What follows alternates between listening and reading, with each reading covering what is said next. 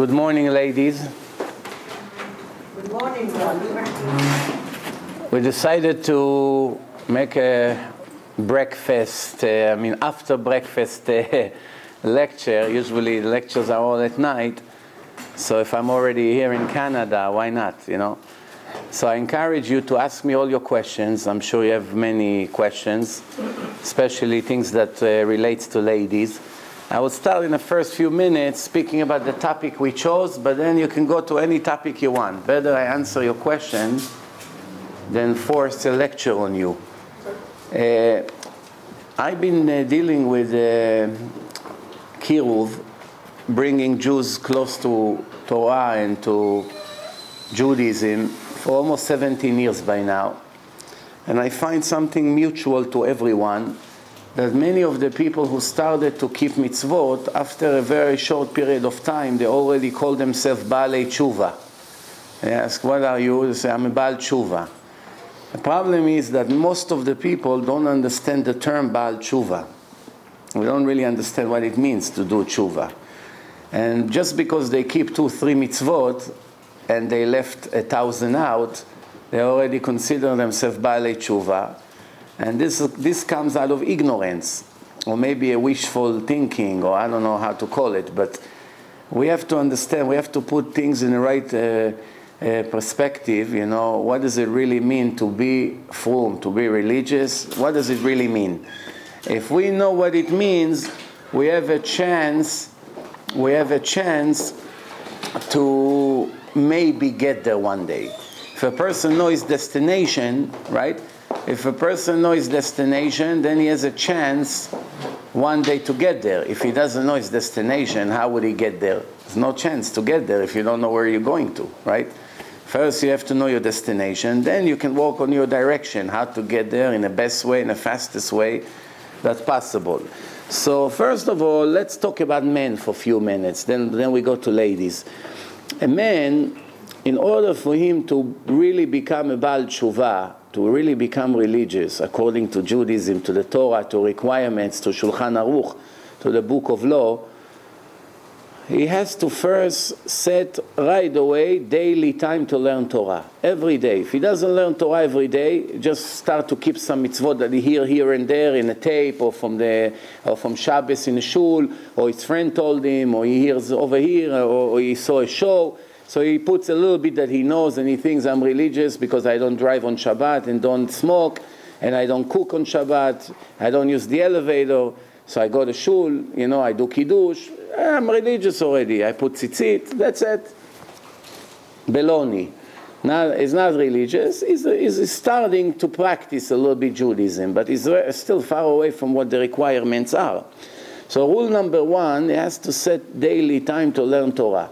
The Gemara explained that bitul Torah, limud Torah keneged kulam. The learning of the Torah, men is obligated to learn Torah. Women are not, but soon I'm going to prove to you that women are just as obligated as men in a minute. But in general, generally speaking, a man is obligated to learn Torah. And if he doesn't learn Torah, he violates the worst sin in the Torah. Is actually canceling one of his major obligations in life. If a person is not connected to Hashem every day, to learn minimum 1 hour a day, then he cannot call himself Baal Tshuva, he cannot progress, his progress will be very, very slow and not in the right direction. So there are 2 advantages by learning Torah. One is you become educated, so the more educated you are, the less mistake you make, the more positive things you do. That's one thing. The second thing is that the Torah, unlike any other learning, the quality of the Torah is that the Torah is a spiritual cleansing. It cleans the soul of a person. If you learn history for 50 years, it won't cleanse your soul. If you learn math, maybe it will make your brain sharp, but it won't make you a better human being. Anything you learn in life will make you knowledgeable in that field, but won't make you from a wicked person into a righteous person. But the power of a Torah, such as learning Gemara, even though, you know, sometimes the topic that you learn, sacrifices, purity, impurity, is things that already passed from the world 2,000 years ago. It's nothing to do with our generation. It won't make you any more knowledgeable in everyday's obligation. But actual learning, even something that does not apply anymore today, it's already helping the soul. This is a sgula. This is something, it's a mystical thing. There's no way to explain it in words. It's a gift that God gave to us. It's a spiritual antibiotic. I like to call it like that. You have an antibiotic that fights against the infections and clean them from the body. This is a spiritual antibiotic. So if you connect to Torah, then you automatically become more and more attracted to Hashem. Your emunah, your level of faith is going higher and higher. Your integrity, your honesty, your devotion, the laziness slowly disappeared. It's affecting you in every field in your life. Now I said that man is obligated to learn Torah. That's the halakha. What about women? Are women obligated to learn Torah? The Torah of a man, no. But the Torah of a woman, yes. For instance, a woman is not obligated to learn Gemara. Not only she's not obligated, some say she's not allowed. Why she's not allowed? I have so many bright women that enjoy a page of Gemara and not understand it even better than the men. So what's the problem if they learn? It's addictive. Once you get into it, can't live without it. And especially women which they are in higher spiritual level naturally than the men. There's no obstacle between a woman to Hashem like a man has. Because a woman can connect to Hashem very fast, and she's very automatically, her nature is very spiritual, much more than a man. So if she's going to start learning Gemara, maybe she'll leave her children to starve, or she would neglect her other obligations in life, because it's like a drug. You get into it, it's very hard to stop. So therefore, they have to focus on what they have to know. How many things women have to know? How many years a woman has to learn in order for her to call herself Ba'alat Shuvah? After how many years of learning? And I'm talking full day of learning. How many years a religious woman, today she decided to become religious. What should I do, Rabbi? Modesty, I understand. Shabbos, I understand. Kosher food, I understand. Charity, I understand. Reading Tehillim, I understand. Praying at least once a day, I understand. What else? Tell me what to do. What is the first thing that a woman has to do? Learn minimum 7 years, full day, to be able to be called Ba'alat Shuvah. Why? You say 7 years? A doctor learns less than that. I have to be, in order for me to become Ba'alat Shuvah, I have to learn 7 years full day? How can it be? So let's see. First thing a woman has to know is all the laws of impurity, nida. You know how complicated it is? To know all the terms, to know when it's this, when it's that. It's not realistic, every little thing, to look for the rabbi for 5 hours until he's going to pick up the phone and tell you what you have to do, what you don't have to do. The general things you have to know. So that's one thing. Second thing, all the laws of kashrut. It's not so simple. Meat, dairy, got mixed by mistake, spicy, cutting onion, cutting garlic, cutting hot peppers. By mistake you use the wrong knife. It's hundreds of things that can come every month in a kitchen alone. Worms, lettuce, broccoli, all these things. How to clean, what happened if you forgot, you cooked already, so many things. Then the law of modesty. Wow, what's allowed, what's not allowed, how to behave, how to talk, how not to talk, who you're allowed to talk, what happens a visitor come, a cousin of your things, so many things that happens all the time. You have to know that. The laws of Shabbat. Just the laws of Shabbat alone is minimum a year of learning. All the laws of Muktzeh, what you're allowed to talk, what you're not allowed to talk, what you do in Shabbat, all kinds of things, so many things to learn. What's not allowed, what's allowed, what's the Oraita, what's the Rabbanan. There's many things to learn, yes. From my experience, also, most Baal Tshuva learn on the go. Excuse me. I'm sorry. We're going to do questions afterwards. Thank you. All right. So I myself don't mind questions. Actually, no, I prefer actually questions. So I'll answer your questions. I rather, like I say, I don't care if the lecture will be organized or not. I care that people have questions and I answer the questions. It's more important. So the word onego, it's not a realistic thing, because a person that has something that it's urgent, on the go may take him 10 years until he know what to do. What is he going to do in the next 10 years? Make violations every day? If a person has to know the laws of Shabbat, the faster the better. The slower it's taking him to learn the laws of Shabbat, that means he's violating more and more Shabbatot. You understand? Now there's a difference between a secular person who grew up in a kibbutz or in Russia and never heard about Judaism and violated Shabbat 20 years until he found out, to a person who already knows Shabbat is a holy day and there's lots of laws required, and he takes his time until he's going to learn the laws. Because right now he understands Shabbat is a very serious thing, violation of Shabbat. So he knows that Shabbat is an urgent thing to know, but it takes 5 years until he agrees to learn. It's not realistic. So now we are actually making our situation worse than before. Before, we were like goyim, we don't know what we live for. Now we know Shabbat is a holy day, and we take our time. There's no such thing on a go. On a go, of course, in life every day we progress, but a woman must learn. Now a woman has to learn Musar. There's lots of Musar, the old Pirkei Avot.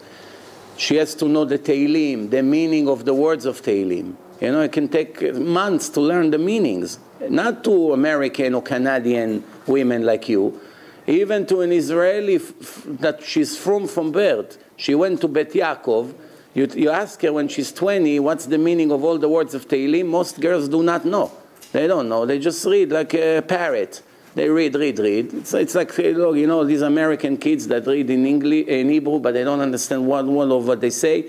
20 years they pray, and then not one time their heart moves. Their heart is not actually participating in a prayer. Now everybody understands, in order for me to get close to Hashem and to wake up my heart, I must understand what I'm talking to Him. If I just read Chinese and don't know what I'm saying, how is it going to wake up my heart? You understand? So better to pray in your language that you understand than to pray in Hebrew that you don't understand. That's the rule. And not only that, it's much better to pray in Hebrew because it's the holy language. So if you don't understand Hebrew in general, at least take your book, take a little sharp pencil and go over it. Today everything is ready. Today they have printed already, Hebrew, English, one next to. So at least when you come to a word you don't understand, you look what's the meaning of it, you think, I just read the word in Hebrew, I didn't know what it means, but now I read. Now this is also for Israelis. I'm telling you, because this is ancient Hebrew, it's a divine language. Most of the words they don't understand. Take a professor in a university in Israel, half of the words of Tehillim, he won't know what it means. You understand? Because it's all very hard language. It's 3,000 years old. So a person have to know. Now the prayer, the whole entire prayer that a woman prays at least once a day, she has to know what she's saying, what she's doing, all right? So obviously now comes the laws of a family and raising children. You know how much there is to learn to raise children, especially in this generation? You know how many books you have to read? There's tens of books to read and to know them fully, not just to read and forget after a week, because it's everyday scenarios. So you got the point. There's a lot to learn. And the Gemara says, "Ena ma'aretz chasid." Someone who is ignorant can never be righteous, and definitely not chasid, which means extra righteous. Forget about extra righteous. Let's talk the minimal level. If you don't learn, you'll never get there. Just because you put a nice short wig or cover your hair and walk modest on the street, it's beautiful. You don't make millions of sins every day anymore, but you still have a lot more things to do. So now this is one thing. Now, many people really dream that they are religious. That's where the problem begins. They call themselves religious, but if you really follow what they do every day, it's 80% secular, 20% religious. So what does the Torah say? Everything in life goes by majority. By the majority. Here, there's two chairs right here.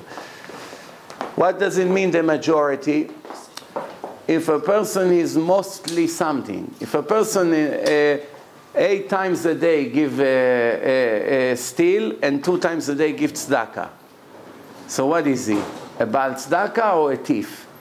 How would you rate him? 8 times a day steal, 2 times a day he gives some tzedakah. The tzedakah he gives comes from what he steals. It's not his money. So really, technically, he's a thief. You understand? So a person that keeps some of the Shabbat, but he still smokes few cigarettes, can you call him Shomer Shabbos? No. He violates Shabbat less than an average person. You can say that. But it's still Mechalel Shabbat. If a person speaks Lashon Hara, 10% of what he used to when he was secular. Only 10%. 90% he clean. Can you say that he's clean with Lashon Hara? No, he's speaking Lashon Hara. Do you understand the idea? So the idea is when a person focuses on something, to become a Baal Tshuva, you have to clean it completely. Now the word Baal Tshuva, it's a very tricky word. Why it's a tricky word? Because every person is doing partial tshuva in his life in certain things. For instance, Shabbos. I wasn't Shomer Shabbos, now I am. So I corrected things that called Shabbat. Shabbat I corrected. Does that mean that I corrected my prayers? Not necessarily. Maybe I'm still very bad with that. So I'm in tshuva for Shabbat, but not in davening. I'm tshuva in Shabbat, but not in learning Torah. I have tshuva on Shabbat, but not in the law of Nida, 100%. Or modesty. So it could be a partial tshuva, which of course is better than nothing. Don't get me wrong. It's not either all or nothing. The more you do, the better it is. Then your rating is higher and higher. 10, 11, 12, until you get to 100%, if it's possible. But the idea is that everybody, I have to understand, that just to think, because I do 5 or 6 things as a woman, and I already consider myself a rebbitzen, let's think again if it's true or not. Okay, now, I want to speak about, since you are all ladies here, I want to talk about things that are more unique for ladies. Who knows what's the most important mitzvah for a lady in this life? The most important for a Jewish lady. Not lighting candles. No, that's one of the last things on the list. What? Mikveh, what else? Who says? Yeah. Very good. Modesty. Modesty. The mikveh that you say, it's true, but it falls into this category. It's all connected to modesty. Most important thing for a woman is modesty. Modesty. I want to ask a question. Keeping Shabbos, right? Keeping Shabbos. A person who doesn't keep Shabbat, according to Hashem, what do you call him? Mechalel Shabbos, right? Why do you call him Mechalel Shabbat? Because he makes Shabbat chol, weekday.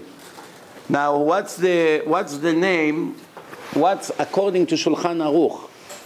According to Shulchan Aruch, who knows how does the book of law, the Jewish book of law, and the Gemara and the Torah, from all places, how does God call a Mechalel Shabbat? According to God's opinion, to Hashem's opinion, how does he look at a Jew who is not keeping Shabbos?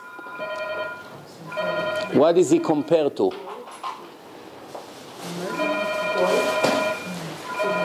100%, very good. A Jew that doesn't keep Shabbat, according to Hashem, is 100% like a goy. What does it mean like a goy? He cannot be a goy because his mother is Jewish, so he has a Jewish soul. But he's like a goy. What does it mean like a goy? Everything that applies to a goy applies to him as a negative, not positive. Which means, let me give you an example. If we have a wine that we need to do a kiddush, and a goy shake the wine, can we do kiddush on that wine? Cannot do a kiddush. If he just touch it with his finger, no problem. But if he shake it, cannot do kiddush on this wine. If Itzik, the Israeli, Itzik Cohen, that drives on Shabbat, he moves the wine, we cannot do kiddush. Same thing, like a goy. If a goy wants a loan from me, I can charge him interest. If he wants to give me a loan, I can pay him interest. Itzik wants to take loan from me. If he is a Jewish person, the Torah says not allowed to charge interest one Jew from another. But in the book of Shulchan Aruch, it says that Mechalel Shabbat is any way to keep the phone open. It ruins the entire recording. Just keep it open. The door. What about an aliyah to the Torah? Oh, wait, so I'll get to it. So the point is that if the Jew that is not Shomer Shabbat wants to take a loan from a Jew that is Shomer Shabbat, since he's considered 100% like a goy, you can charge him interest. Even though it's one of the biggest punishments in the Torah, that if a Jew charges interest from another Jew, it doesn't resurrect on the resurrection of the dead. That's how bad it is. But since he's 100% like a goy, you charge him interest is not a sin. Why don't we do it in that case? Maybe in the term of the loan, he's going to make tshuva and become religious, then you get stuck. Cannot charge him anymore, so it's too much of a risk. You know, if he become in a month or two from now, Shomer Shabbat, now you gave him a loan 5 years and you cannot charge him any more interest. So he gets stuck. So that's why we don't do it. But technically, if he wants a short-term loan and you charge him interest, it's 100% like a goy. It's not a violation. I'll give you another example. If he wants to get an aliyah to the shul, he comes on Shabbos to the shul. You have any napkins here or something? I'm very hot here. Thank you. So if he comes to the shul and he wants to get an aliyah, thank you, you're not allowed to give him aliyah. If Muhammad comes to the shul and wants to get an aliyah, say, I love Judaism. I help the Jews. I even donate money to the synagogue, Rabbi, whatever you want. I'll pay for the Sefer Torah $50,000, I do. Just give me one time aliyah to go up, to say bracha, to bless God for the Torah. You're allowed to give Muhammad aliyah? Not allowed, right? But Itzik, our friend, also you're not allowed to give him aliyah. Same thing. Why? It's Mechalel Shabbat. You see, understand? So same thing woman. If a woman does this, also she's like a goya. Even though it's such a critical thing, it's the foundation of Judaism, Shabbat, it's still nothing compared to modesty. Think about it. Modesty for a woman is much, much, much more urgent and important than even Shabbat. How come? If you lose your Judaism, what modesty will do for you? So first of all, you have to know that the goyot, the non-Jewish female, have no permission to walk on the street the way they are. Even they are not allowed. One time we had a question of a Jewish woman that became modest, and she had many, many designer clothes, not modest, she has to get rid of. So she wanted to sell it to a goyot in her work, or to give it as a gift. And the answer was not allowed, because Christine also not allowed to dress like this. Why? Everything that is no modesty, Hashem hates. Of course, when a Jewish woman does it, it's on a much higher level. But even Christine, when she walks not modest in the street, it makes Hashem very angry, because he doesn't like modesty issues. Where does it say it? "V'ra'a b'cha ervat davar v'shav me'acharecha." Every problem with modesty makes Hashem go away from this place. Sodom and Gomorrah was not Jewish, Sodom v'Amorah. None of them were Jewish, but they made all kinds of sins, modesty-related sins, and God destroyed them with fire from heaven. And we have many other examples in history that even when the Goyim have all kinds of idol problems and modesty problem, it brings tragedies to them. If you look in the United States, the places who get hit the most with tragedies are places with lots of problems. South Carolina, Myrtle Beach, Miami, Los Angeles, earthquake, and San Francisco, the worst. And you know what's going on over there, right? So those places that actually having problems with modesty are subject to more tragedies than other places, if you really pay attention to what's happening in the world. So now, why a woman that wants to become Baalat Tshuva, it's more urgent modesty than even Shabbos. Now, don't get me wrong, Shabbat is a must-do right away. Cannot wait even one time, one Shabbat. But why modesty is more critical? Why? Who knows the difference between the urgency of modesty compared to Shabbat?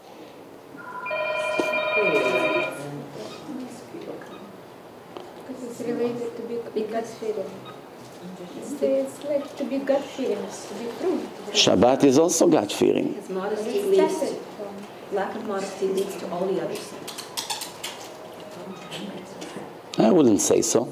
I know not modest women that does a lot of other mitzvot. Keep Shabbos, they give tzedakah, they do a lot of good things, chesed, but they're not modest. Can I ask you a question? Yeah. Exterior modesty as well as inner modesty, you're talking about both? Everything, combined, everything. Outside, inside, behaving, talking, everything that relates to it.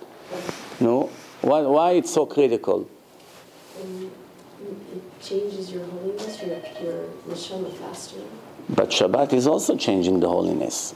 The Gemara says, a person is not keeping Shabbat, he kick Hashem away from his neshama.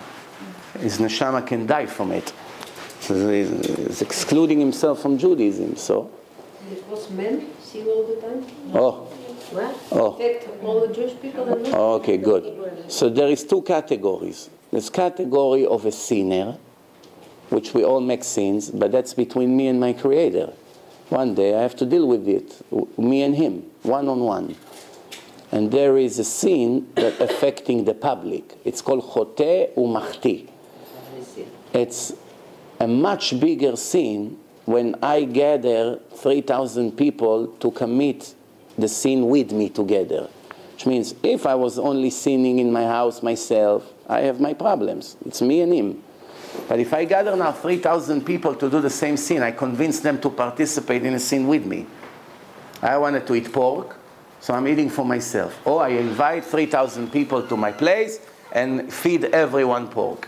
Which one is worse? When I eat by myself or when I give it to 3,000 other people with me? There's nothing to compare, no? Now a woman that walks in the street and she's not modest, how many men in an average day look at her? Could be 100, can be 1,000. Those who goes to the beach can be 1,000,000 a day. Depend where you are. So the more busy is the area, the more problems you gain. But it's get even worse. What happens if it's an actress?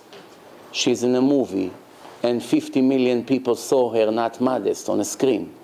She has to pay for each one of them separately for the punishment. Whatever he gets, and she gets for him, and for him, and for him, and for him, and for everyone. So it could be every movie of these Hollywood actresses, especially if they're Jewish, she has endless amount of punishment, endless. There's no words to describe when it's ever gonna end. Everyone jealous with these actresses. Oh, I wish I was. I wish career, money, millions, $20 million a movie. You gotta cry for them. They are the most miserable people on earth. For every movie and all the fame and the glory that she gained, millions of years she's gonna have to suffer. And it's not an exaggeration. For every movie, millions of years, especially if she's Jewish. And some of these actresses are Jewish. Why is it? It's called machti'ei harabim. What does the Gemara say about someone who committed the public to make sins? It's called choteh umachti, machti harabim, en maspikim beyado la'asot tshuva. En maspikim beyado la'asot tshuva. Now the language is not a regular Hebrew. It should have been lo yaspik la'asot tshuva. It should have been will die without tshuva. It should have been, will be very difficult for him to do tshuva. מה זה אין מספיקים בידו? What does it mean? אין מספיקים בידו. It's not enough in his hands to do tshuva. What's this expression? The answer is, one day he decides to become religious. So he begins to keep mitzvot. He pray in the morning, 1 mitzvah. Made a bracha, 2 mitzvot. Put tzitzit, another mitzvah. Put tefillin shel hayad, 4 mitzvot. Sheled, 5 mitzvot. Give $2 in the box, 6 mitzvot. Count. 200 a day. No, let's be generous. Now he keeps mitzvot 20 years. 200, 300, 400, 700, 1,000, 5,000, 20,000. One day she was walking on the street and 1,000 men looked at her when she wasn't modest. It's already millions of sins. The amount of mitzvot that she's going to do now, putting it on a scale, will not be מספיקים בידה לעשות תשובה, to turn everything to the positive. אין מספיקים בידו, כי הוא מחטיא רבים. If it was only him, so it's now 1 for 1. I violate Shabbat, now I keep Shabbat. One against the other. No, if you live more years religious than less, there's a chance that you turn it to the positive. But if you influence thousands every day, and now you one against thousands, how are you going to do it? So what's the solution? All of you ladies, and some here Baalei Tshuva, and you used to be not modest, and now you are, or not, depend. Some religious people think they're modest, but they're very not modest. Even though they wear skirts, and or maybe even jackets, but they have all kinds of material, T-shirts, lycra that attach to the body, all kinds of writing, all kinds of things that is against the Shulchan Aruch, against the Halakha, and they not even know. So she thinks she's religious for many, many years. For instance, those who put wig. The wig was not supposed to make you prettier than before. Your wig made you prettier than what you used to be. No, so where is the modesty? The opposite, you attract more attention. It's true you cover your hair. That's one obligation, to cover a married woman's hair. No matter how, to cover. First to cover. But now you're increasing the modesty problem even more than before. So what did you gain? You made $5 and you lose 10 every day? Yes, you gain 5 by doing something positive. And then you lose 10. So what's the point? The point is to make the 5, not to lose 10. To make the 5 pure. Not to lose. Yes. What you're saying doesn't make sense to me. So Tell me what's not making sense. because you can be an ugly woman and you wouldn't be committing a sin. Like if you're walking on the street, not dressed modestly, then people aren't looking in that direction.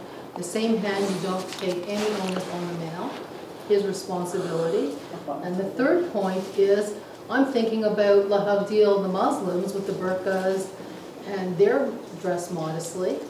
And Judaism doesn't take that approach that we have to be dressed in a tent. First of all, I have news for you. All the original Jewish women from 2,000 years ago used to dress just like the Arabs do, cover, but without covering the face. Because according to Judaism, a woman is not allowed to cover her face. Nobody is supposed to cover his face. Now, I didn't say a wig is not allowed. It's allowed. Some rabbis allowing it. So once it's a questionable issue, some Gdolei Torah allow it, who am I to contradict them? But everyone agree that there is a limit. Even those who allow it, you're not going to find one posek, even in the Ashkenazi world, that allow the wigs that women wear today. None of them. Almost none of them is kosher. If you don't believe me, go ask. Find anyone, Rav Eliashiv, Rav Kanievsky, all the Gdolei Ador. If one of them disagree with me, I erase this lecture from my website immediately. None of them agree to it. If you don't believe me, I'll show you letters. They say the wig has to be modest, very short, not too much color, curls, all these things. It wasn't made to attract more attention to a married woman. You know, we had a situation today that single guys coming to speak to married women in weddings or sending someone thinking she's single because they're not even dreaming that this is a wig. So the idea is that we defeat the purpose. If we are honest with ourselves, even though it hurts, I know it hurts, it's a sensitive issue, but let's be honest. Everyone has his weaknesses. What's the weaknesses of the ladies in this generation? Modesty. The difference is that there's two kinds of women. There's honest and the women that are lying to themselves. They live in a lie, in denial. I think that you can't be so black and white. You understand? I find that you cannot degrade women. You can't say they're either evil or good. I didn't say evil. I didn't use this word. But, you know, it's a little harsh. I know the truth hurts. No, it is not the truth that hurts. It is condensate. When a person is what's that word? Putting down that. No, first of all, no. In the case of a little girl who got brutally murdered yes, by this couple. No, here in Toronto, right? This little Tory Stafford, whatever it is. What, she's not dressed modestly and some psychopath and this woman go and kill her? First of all, I didn't justify this or anything like that. And even the person who spit on that woman in Israel, whatever it is, that's very foolish. Because in order for a person if a person, the only one who can judge someone is a Beit Din. And to the best of my knowledge, I don't remember in this generation any woman brought to Beit Din because she dressed not modest on the street. So individual like me or any other Jew don't have the right to judge a woman and call her and tell her what she does right or wrong. We're speaking now, generally speaking. You are, with all due respect, you're not the only women in the world. This lecture will go to tens of thousands of women in the world. And those of them who wants to change according to God's requirement will do. And those who wants to do whatever they want to do, they'll do anyway, with or without me. I'm not going to change the world. But if I change 1% of the women in the Jewish world to be a little bit more modest, very good. Those who don't want to hear, they can get upset. I'm not afraid of people who get upset in my lecture. It's actually a good sign. It's a sign that the truth hurts. And don't think that I'm talking to you. I'm talking to myself. Half of the things that I speak every night in my lectures all over the world, I speak mainly to myself. I didn't come to speak as a perfect human being, and now all of you are below me, so I have to now give you Musar. No. Because you don't wear a wig. No. And suffer from migraines. I'm not, listen, we are ladies here, there's many ladies here. We're talking ladies issue. If it was men and ladies, we talk general things. It's better to talk to things that is important to you, because every lady wants to be as perfect as possible. I'm sure every person, Jews or non-Jews, if they believe in God and they know He's watching them, as the Torah said, there's an eye who watch you and an ear who listens to you, and everything you do is recorded in a book of God. So every woman who wants to be religious, that means she has a good neshama. She cares about being righteous. However, not all the paths are kosher. There are ways that there's kosher ways to come close to Hashem, and there are ways that are not so kosher. Our job is to come close to Hashem in a right way, not in a wrong way. There's 80,000 religions and cults. They all search for the creator of the world. They all search for the truth. Chinese, Arabs, Christians, everyone is trying to search for this God and to be righteous in their way. The problem is that they have 80,000 fake religions and cults who were made by people like us, and it's full of mistakes and contradictions. We have enough problems within our own Jewish nation. I know. We have to look at But if you're trying to kiruv, if you're trying to mikarev our fellow Jews, right? Tznius is something the Muslims have, the Christians have, the Buddhists have. They all have that in there. So why would you feel so Jewish if you're starting to dress? First of all, I said 5 minutes ago, if you remember, that it's something that applies to Goyim as well. And God is upset even when a non-Jewish woman is not modest. I just also said that everything that a Jew does in this world, for good or for bad, is much bigger than what the Goy does. The Goy has reward and punishment, he has heaven, he has everything, but in a limited level, because their test is much easier. And we have a much harder test, and everything a Jew does for good or for bad is judged much more severely. So depend. If you do positive, it was very good to be a Jew. If you do more negative, it would be better off to be a Goy. Better to be a righteous Goy and have heaven, or to be a wicked Jew who lost your share to the world to come. As the Gemara say, those are the Jews who lost, God forbid, lost their shares to the world to come. Can it be a worse thing than this? If Ahmed will go to heaven, because he wasn't a murderer, he wasn't a thief, he believed in a court system, he didn't eat raw animal, he believed in one God, he respected that God, and he did not do any sex crimes with his 7 relatives, then he's a righteous Gentile. He goes to heaven, and you know how many Jews do not go because they do all kinds of sins, that they lost their share to the world to come? And the Gemara is full of examples in Masechet Sanhedrin. So, if a person knows that he's going to fail the test, I always tell all the Goyim that come to beg me to convert, I said to them, let's think rationally. Look at the Jews. Most of them in the world, it's very difficult to them to live according to the Torah. They don't even want to try. When they see the mission, it's not so simple. So it's much harder, so they give up. You want to be a Jew. What makes you think you succeed? You may now do 20%, and 80% you do wrong. Now you're liable. Stay what you are. Stay righteous, do 1, 2, 3, 4, 5, 6, 7, be generally a good person, and you have heaven in a limited way, but you not subject yourself to such a risk. Some of them convinced that that's the right thing to do. And some of them the opposite. Once you tell them that, they say, no, I gotta do it 100% the best way. And they convert. And some of them become very, very orthodox, strict Jews. And some, after a while, it's very difficult for them. And maybe in their heart they regret that they did it.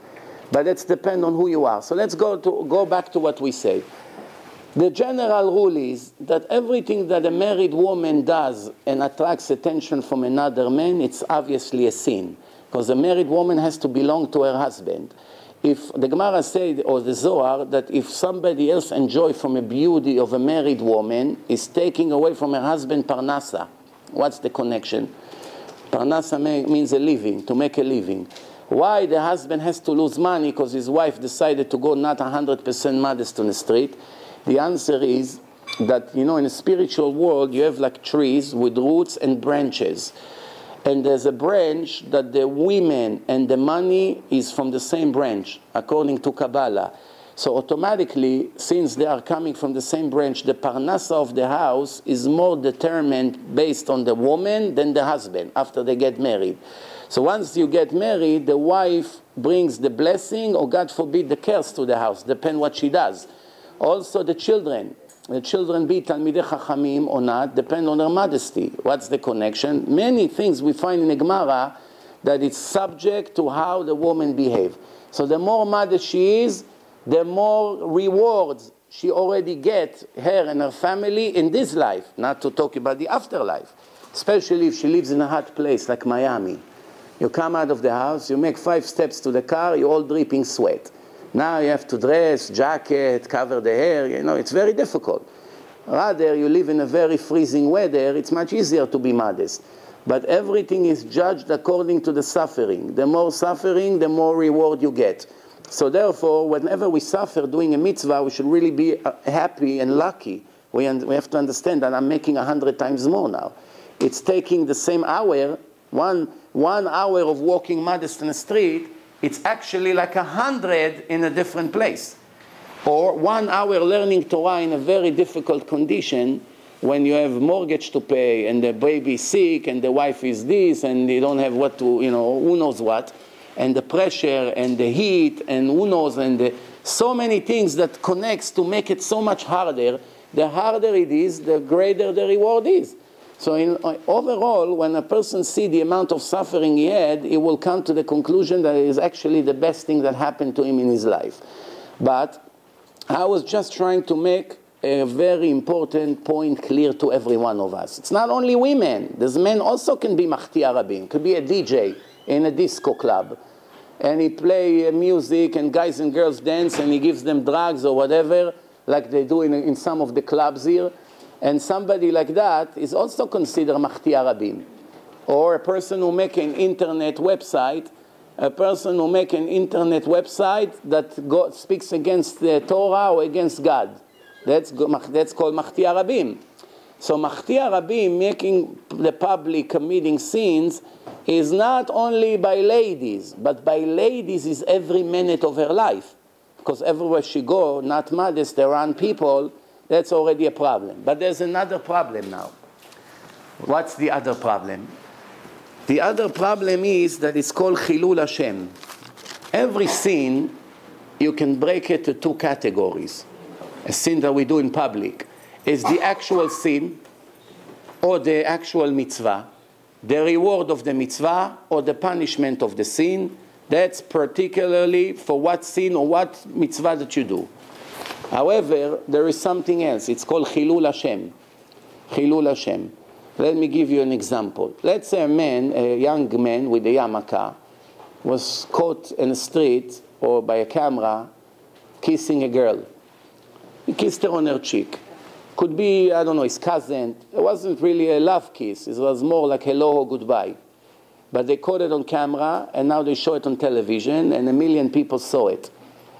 The actual kiss, it's a small sin, especially when there was no intimacy. It was just cousin to cousin or cousin to an uncle, whatever. But the effect that it made in the world, that they see someone with a yarmulke kissing a girl in a street or something, and they show it all over, the Chilul Hashem is 1,000,000 times worse than the actual kiss. Sometimes we do a small sin, but we do it in the wrong place, and the effect that it makes and the damage that it causes to religion, to the nation of God, is horrible. So the actual Chilul Hashem is much worse than the actual sin. That's why the Gemara say, if a man wanted to make a sin with a woman, and he already made up his mind, nobody can stop him. That's it, I gotta make the sin, leave me alone, religion, not religion, forget about it. So the Gemara say, wear black clothes, which means put a custom, and go to a faraway town and make the sin over there, not in a place where people know you. What's the difference? This is a woman here and this is a woman there. It's the same sin. To prevent the Chilul Hashem, which is even worse than the actual sin. The Chilul Hashem is disgracing the name of Hashem in public. It's much worse than any sin you can think of. Why? Because every sin you can make tshuva and you can correct it. Some sins require suffering, such as Isurei Karet, Chilul Shabbos. The Torah says, "V'nichreta nefesh ha'im Yisrael." God says 36 times in the Torah, 36 restriction, I'm cutting that soul out of my nation, God forbid. Every time the punishment in the Torah, it's karet. To correct it, it's require also suffering, to regret, to be ashamed, never to repeat the sin, to make confession every day, Yom Kippur, and also suffering, X amount of suffering, eventually erase all the Isurei Karet. But Chilul Hashem, even the suffering does not correct. It's a category by itself that a person regret. He's ashamed that he did Chilul Hashem. He never repeats the sin. He's ashamed. He makes confession every day. He fasts 50 Yom Kippur already. The sin was when he was 18. Now he's 70 almost. And it's still not erased. When is it going to be erased, the Gemara say? Only in the time of death.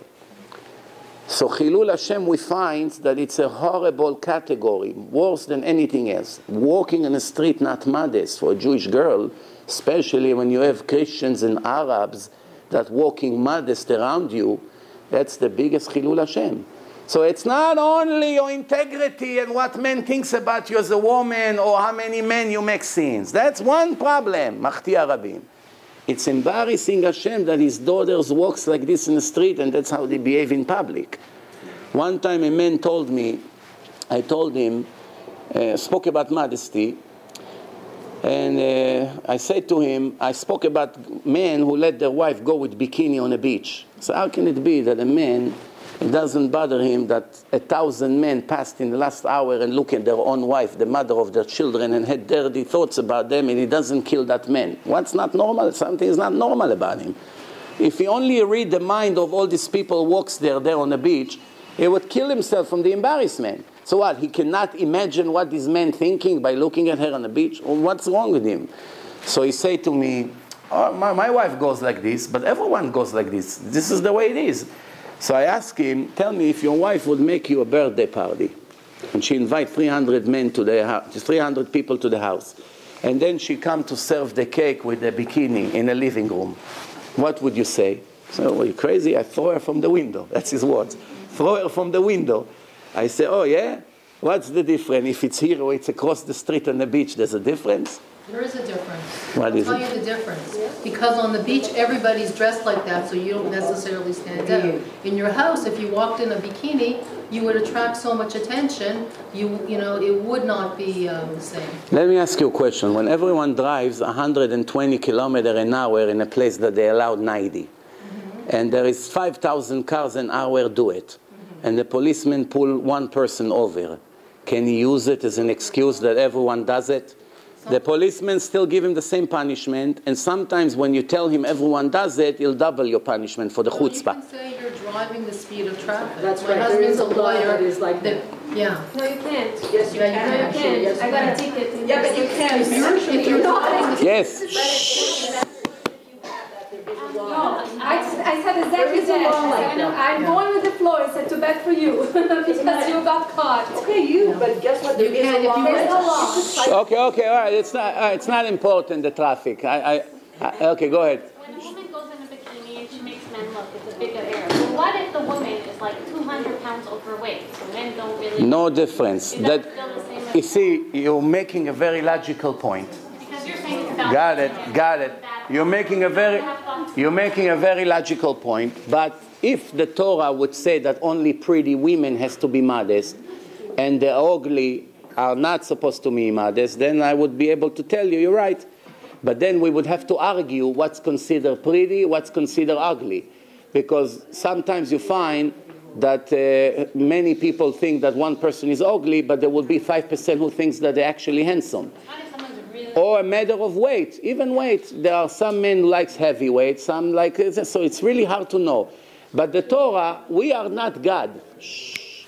We are not God. We cannot interfere with his decision. In the Torah, there's no separation between handsome, pretty, ugly. There's no difference. Every woman must be modest. Yes.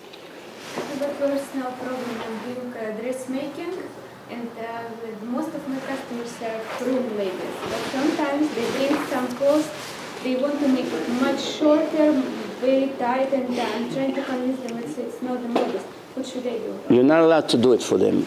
If you make them the dress shorter than what the halacha requires and they're Jewish, you are participating in their sin. It's called Mesayea ledvar avera. And also, Lifnei iver lo titen michshol. So if they will do it somewhere else, so you're not Lifnei iver lo titen michshol, but you still Mesayea ledvar avera. What is it like? It's like Muhammad who drives Said to blow himself in a mall. Muhammad doesn't want to murder. He's only a taxi driver. Someone gives him $100 to drive him to Tel Aviv because he has Israeli citizenship. So when Muhammad get caught, the camera caught his cab, so they call him to court. He said, what do you want from me? I'm only a taxi driver. You know how many times I drove someone to Tel Aviv? What does it have to do that I drove the suicide bomber into the mall? I didn't participate in making the bomb or putting the bomb. He gets 20 years in prison. Why? Because you drove a suicide bomber to his place. But his claim is, with or without me, I'll get there. I'll take somebody else. But no court in the world will let him go because of this logical answer. He gives a logical answer, but nobody accepts this logic because you, after all, participated in a crime.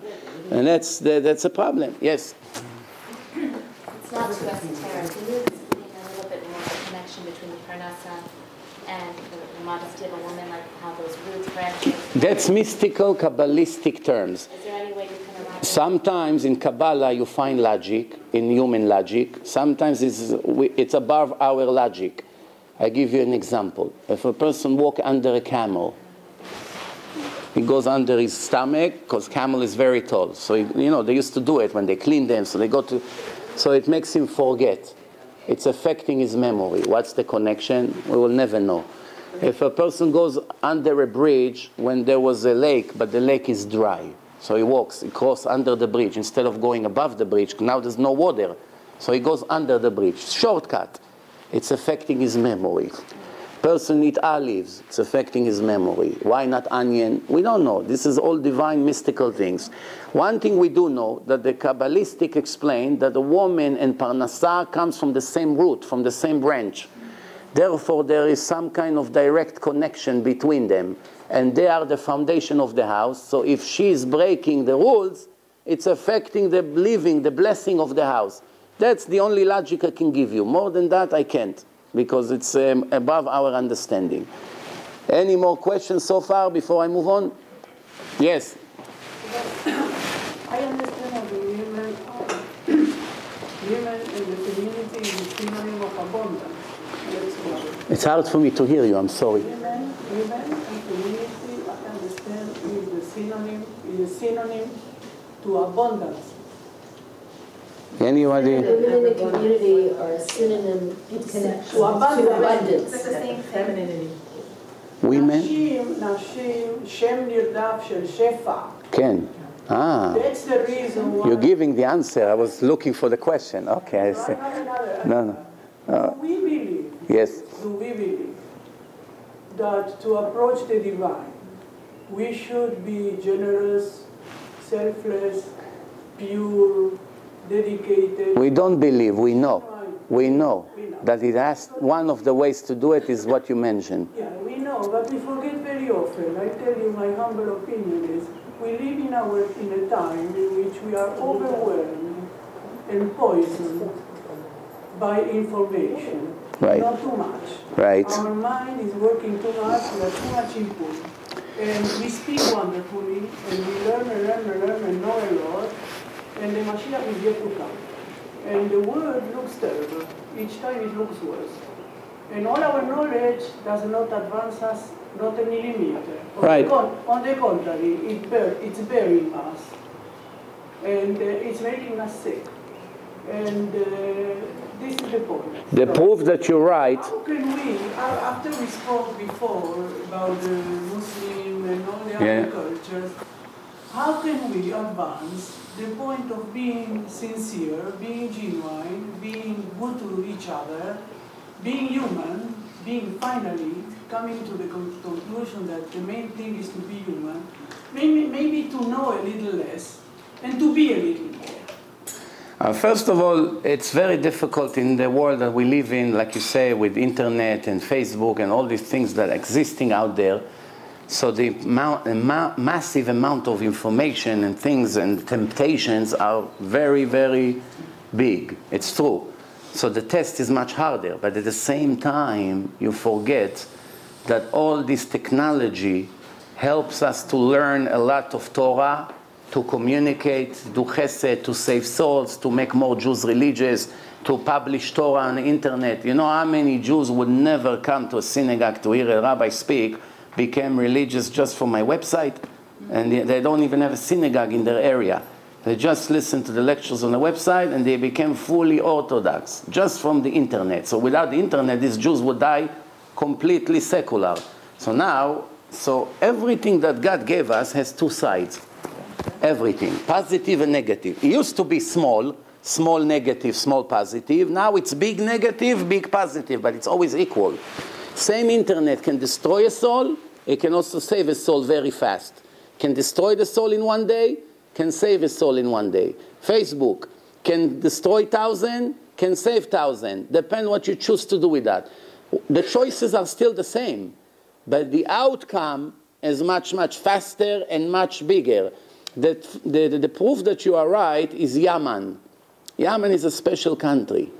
Yemen, the Yemenite Jews. Yemen. So Yemen, I tell you what's the interesting part about it. Yemen was always and still a very primitive country. Very primitive. It's not advanced at all.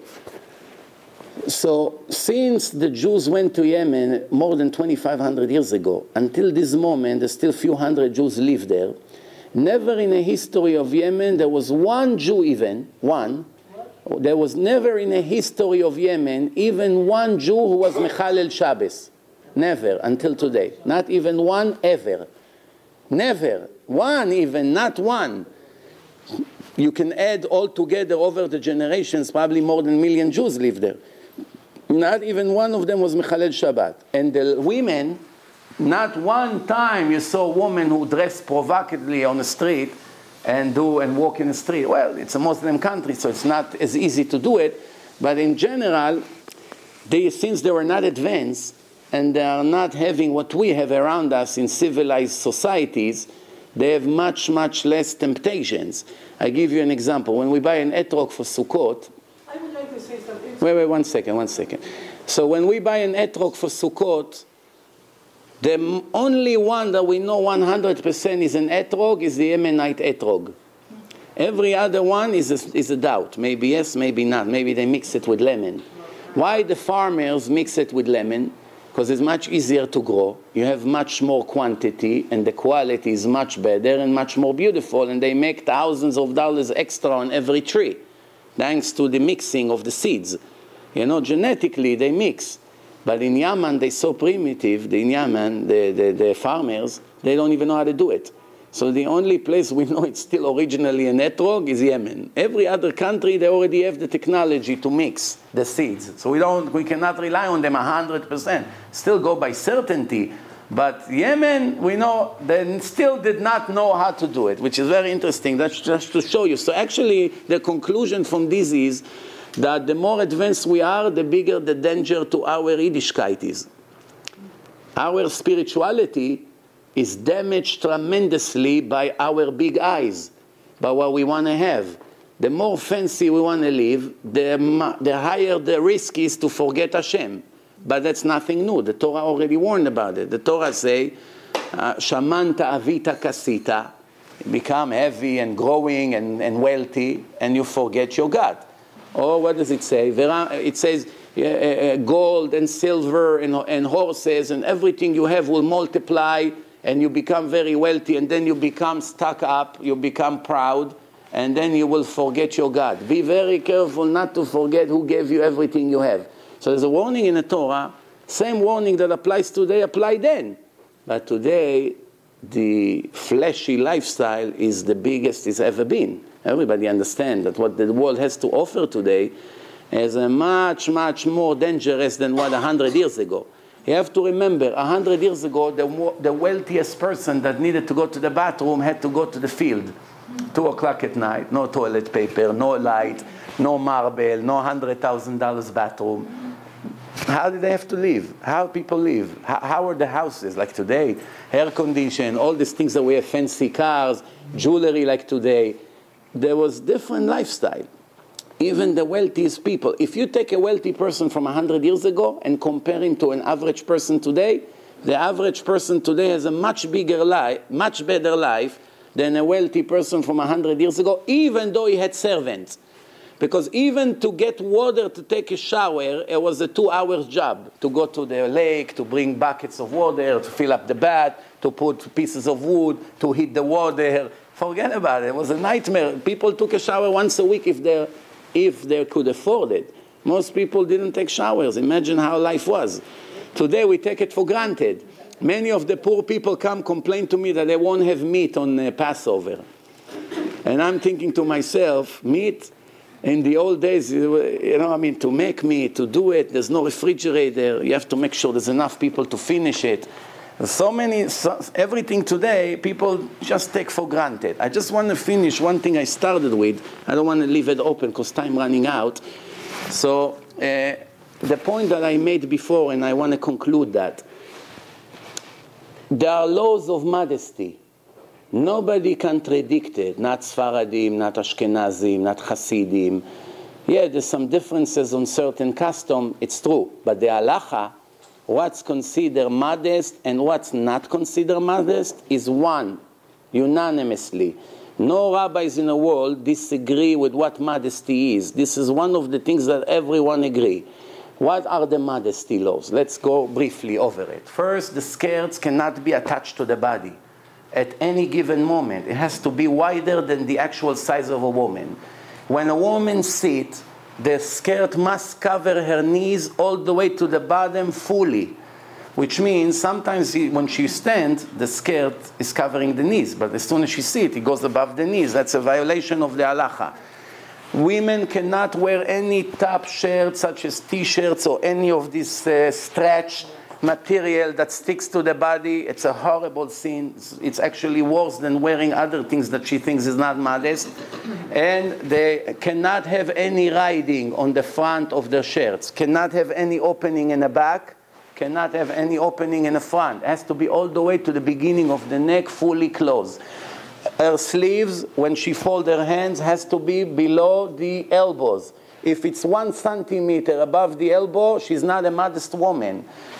You know, the difference between doing it right or wrong can be 1 millimeter. You already do it right. You don't do it, you don't do it. You have a violation. Yes, of course, it's not as bad as someone walking naked on the street. We understand the difference. But if you do it right. When it comes to the wigs, some Gdolei generation, the majority of the rabbis throughout the generation do not allow any wigs. Some of them say horrible things about women who wear wigs. I don't want to repeat it. However, there is other Gdolei Torah. They are the minority, but still there's big Rabbanim that say wigs are allowed. But everyone agree. I'm just telling you the halacha. I'm not telling you what to do. Moshe finds Yeah, Rav Moshe Feinstein. Yeah, I know. There is some, I said, there are Gdolei Torah.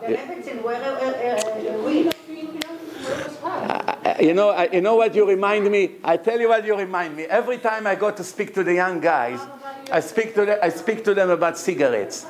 So it's always the same. The ones who do not smoke always agree with me, support what I say. The ones who smoke, right away, they get nasty. What?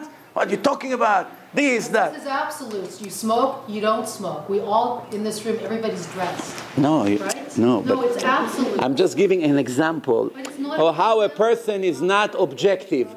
How we are not objective. Not only you here, every person in the world, when you speak about his weaknesses, you know, I tell you, you know what's the difference between a great person to not such a great person? The righteous people, the great people, they're always busy hiding their skills. They're not such a righteous people, they're always busy hiding their weaknesses. That's the difference between a righteous person that has a lot to offer and make himself humble. Oh, who am I? I'm nothing. Don't learn from me. I'm not an example. And the people, it's called in the Gemara, Istera belagina kish kish karya. 1 penny in a box makes a lot of noise. But when the box is full of $100 bills, doesn't make any noise. Or even full of quarters, doesn't make noise because it's stuffed. Wait. So what I'm saying to you is like this. Try not to think about yourself when I talk.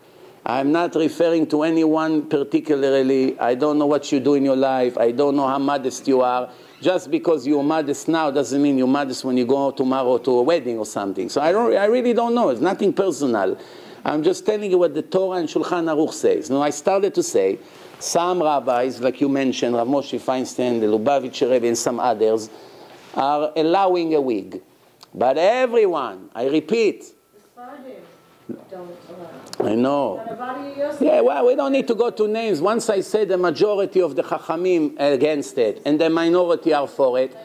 So I said, if you finally go with a rabbi that allows it, if you finally go according to rabbis who allows it, be honest and go according to him 100%, not only with what's good for you. There isn't a minority opinion that says women don't even have to cover their hair. There's not such an opinion. Yeah, Find me one rabbi in the world that says it today. There was in Europe when women were persecuted for covering their hair, the rabbis allowed it. Well, if it's a life risk, could be. If it's pikuach nefesh, yeah. But today in the world, you find one posek, I give you a big prize. One rabbi in the world, Orthodox rabbi, doesn't have to be even big. A local rabbi that allowed not to cover the head, you get a prize for me. Maybe if it makes her... Rabbi. Okay, now, wait. Let me finish what I just said. Okay, so just what I'm saying to you is like this. If you finally go according to one rabbi that allows a wig, make it a kosher wig. Don't make it a fancy, schmancy, color, curls, this, all the way to here. Do it according to this rabbi. He's your rabbi. You go according to the Lubavitcher Rebbe. You go according to Rav Moshe Feinstein. So go with the wigs that their wives were wearing. Very short, modest, fine. But today, 5,000, 10,000, curls every day. She has 5. She's really not trying to be modest. She's trying to fool herself. Let's be honest. Why to resist and to argue? The truth, it's the truth. You want to do it modest. That's all. I'm not saying don't do it. What's modest to what is the modest to another? No, but it's not. You see, this way of speaking, my issue is that in Eretz Israel, there's so many problems between Jews themselves with this condescending. It's not don't be modest. It's none of those things. Each person, when you teach something, of course, who doesn't want to be better?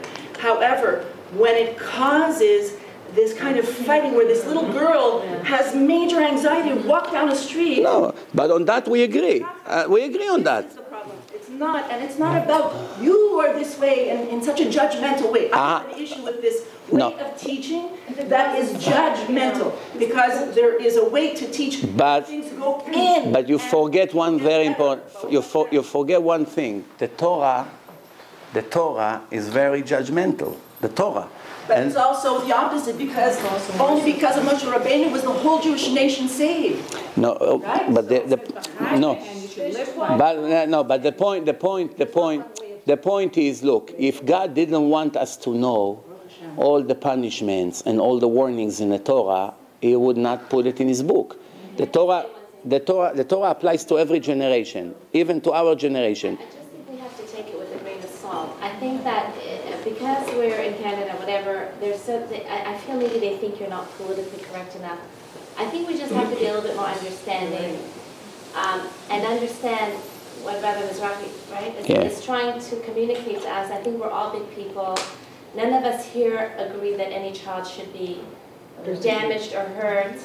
We're not going to go out with those kind of values, having heard something like this. I feel that it's just not fair. If you listen to my lecture, I condemned that myself. Why some of these women are offended, I must tell you. Yeah. But I think we're all mature enough to try and just listen to the information. I don't think it's trying to attack anyone. And just thank you very much. However, there thank you very much. In this community as well, where the men I have seen who get this kind of way of teaching become very aggressive towards women, and I have personally seen it, and I don't. I said something very nice when you spoke about the Yemenite. It happens so that I know them quite well. I lived among them in Jerusalem for a while. And it's a very nice example. This is what you say is completely right. It is so. The point is that the Yemenites, it comes from the inside out. They don't talk what you said about Shabbat and the women. They don't talk about how long the week should be. Because they all cover for 100%. They cover. Or how long they sleep, sorry. Because it comes from the inside out. They understand modesty as humility. Right. As knowing how to approach yourself, respect yourself, right. Not to exhibit yourself. Right. Because you are not a merchant. 100%. And not to exhibit yourself. 100%. And what you said about the society. We live in a society that is in the fringes of reality. You know, everything is trivia and everything is superficial. And we Jews, without unknowingly, we go after that. So it would be of great help if you could, and you are doing it very well, a little stronger to help us to go to the inside. I just want to conclude what I said before. So a woman that finally become Ba'alat Shuvah and she decide to become modest, right? What is she going to do with the 20, 30 or 40 years before that she wasn't? How she has enough time to turn to the positive when she did billions of sins and thousands of people saw her and made sins because of her? How she's going to correct it? The answer is, same thing with Chilul Hashem. This is what I was trying to make clear to every one of us. Now we can do the opposite. Up to now we did Chilul Hashem, now we can do Kiddush Hashem, which means, up to now you influence people for bad, now influence them for good. Which means organize lecture, call people to come to lecture, give CDs to your friends, talk to people you come across to in a nice way, of course, in a polite way.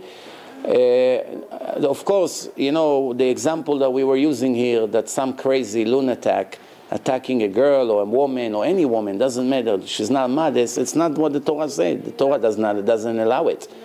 The only one who could have done it is the Jewish Beit Din. If they feel that that's the right way to make a woman stop doing something, they have the permission to embarrass her, but nobody else can embarrass. Same thing, I cannot execute a Mechalel Shabbos, even though the Torah says Mechalel Shabbos has to be executed by the court, by the Jewish court, not by an individual who takes a gun and kill him because it's Mechalel Shabbos. There is no permission. We are not the judges. The opposite. Sometimes a person that looks much worse than us, in his visual way, is better than us in Shamayim. Because remember, you grew up in Bnei Brak and he grew up in a kibbutz. The 20% that he does in religion is better than the 60% you do as far as difficulty. So to judge who is righteous and who is wicked, it's not in our hand. We do not know all the story. But to see something wrong about a Jew and to speak to him in a nice way, you know, this is, I heard, I was in a lecture, can I give you the CD, maybe you will learn something. That's our obligation. The Torah says, every one of your brothers and every Jew around you, improve his way. Darkei darkei noam, in a pleasant way. Sometimes you do it very pleasant and they still get offended. Because not that you really, at their situation, so they take their anger on you. Don't be panicked. I said, if people get offended in a lecture, I know I did nothing wrong. I read to them what Hashem says. They get offended, then that's a good sign. There's a much bigger chance now, in a month from now, we see them doing the right thing, that when they leave the lecture with a smile, it was great, funny lectures, and everyone would stay with what they're doing. The idea of lectures is to encourage people. In case you're not convinced, the Chafetz Chaim is good enough for you. Yeah, the Chafetz Chaim, 100 years ago. So one time, the Chafetz Chaim made a convention to all the rabbis in Radin. He invited all the Ashkenazi rabbis from all over the area, and he made them a convention. What was the purpose of the convention? One lecture he gave. And this is what he says. He said, in previous generations, all the Jewish speakers were speaking about one topic. That's it. All the speakers, every lecture, every topic that they spoke about was all connected to one issue. Heaven and hell. That's the words of the Chafetz Chaim. Today, this is 100 years ago. Today, the Chafetz Chaim says, the speakers went off this positive way and they started to talk differently. Not only they're not benefiting anyone, they're making a huge damage to the soul of the Jewish nation.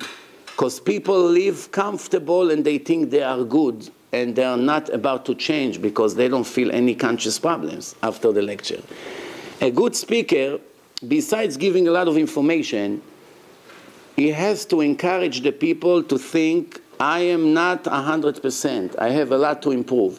When a person leaves the lecture with mixed feeling, on one hand, he's happy, he came, he learned Torah, and he gained some more knowledge, which is the positive side. But also he has to think, according to what I just heard, I am in a very serious critical condition. For instance, if the speaker spoke about stealing, and he knows he's a thief, so he has to think, according to what I just heard, I must wake up. If he didn't leave the lecture with such feeling, the lecture get a 0 mark for his entire lecture, because anyway, no one remembers the information after a week. The only thing people remember from lectures is, what do I have to wake up about? Modesty, I have to improve. My wig is not 100%, let me work on it. My kashrut is not 100%, let me work on it. My marriage is not 100%, let me wake up. My Shabbat is not 100%, let me wake up, then you know you achieved something. If everyone loves you in a lecture, then you're not a good speaker. If everyone hates you, you're also not a speaker. If it's some and some, that means you're a very good speaker. Which means the people who are really searching for the truth receive the information, unless if you're full of ego and pride and you're putting people down. I've seen in my eyes speakers, they go like this. What's with you? You're doing this? How come? You know what you're doing is this and this. What's with you? What's with you? Of course, that's not the right way. Speaking generally, not attacking anyone personally, speaking the knowledge of the Torah in general, everyone who wants to grab, grab. You don't want to take, don't take. No one put a gun to your head. One last question for today. No? Yes? I will open another question. So, you know, here is many women married and not married. Yes. Now, to the family, women for sure bring huge brocha. Shabbos, how women can bring brocha for themselves? First of all, what could be a bigger blessing to a woman when her husband and her children are progressing and there's more parnasah in the house? So that's already the best blessing for a woman. You ask a woman, what do you want? You want personally to have blessing, or you want your children to be blessed? Most women would say the children. Okay, now women that are single, all they have to do is to keep Shabbat, modesty, all the other laws, and they're blessed. What's the Torah say? This is the laws that a person would do and will bring him life, bring him happiness. The Torah should bring a person happiness. A person should feel lucky. Every minute of my life, I live according to the rule of the Creator of the world. He loves me. I satisfy Him. He's happy from what I do. I bring Kiddush Hashem to the world. How can you not be happy? If you are a representative of Bill Gates, he puts a signature on a tag and he puts it in your pocket. Everywhere you go, it says, Bill Gates, personal advisor. How much ego and pride is going to bring to your life everywhere you go. Wow. Wow. You work for Mr. Gates? What Mr. Gates? Or Obama? We represent the creator of the world. It's a trillion until tomorrow times better than them. Well, what's the connection? But this is what the Torah say, by the way. Hashem say to the Jews, I'm punishing you not because you don't keep Torah and mitzvot. This is in the time of the Torah. Because you did not serve me with simcha uvetuv levav, with joy and happiness and great feeling. For that I'm judging you. Not that you don't keep Shabbat. Everyone was keeping Shabbat. Everyone was modest in those days. That you felt in your heart that you're losing something. Instead of dancing on the street, I'm a Jewish woman, I'm a princess, I have every minute an opportunity to represent God in the world. I'm the closest person from 7 billion people in the world. I live according to God's rules. Instead of laughing and being happy, depressed, oof, that, oh, it's too modest. What is this? You should be happy. Thank you very much. Thank you to Michelle for organizing. Thank you to Judy. I have to thank you a million times. Beautiful. You made a great event. Thank you very much.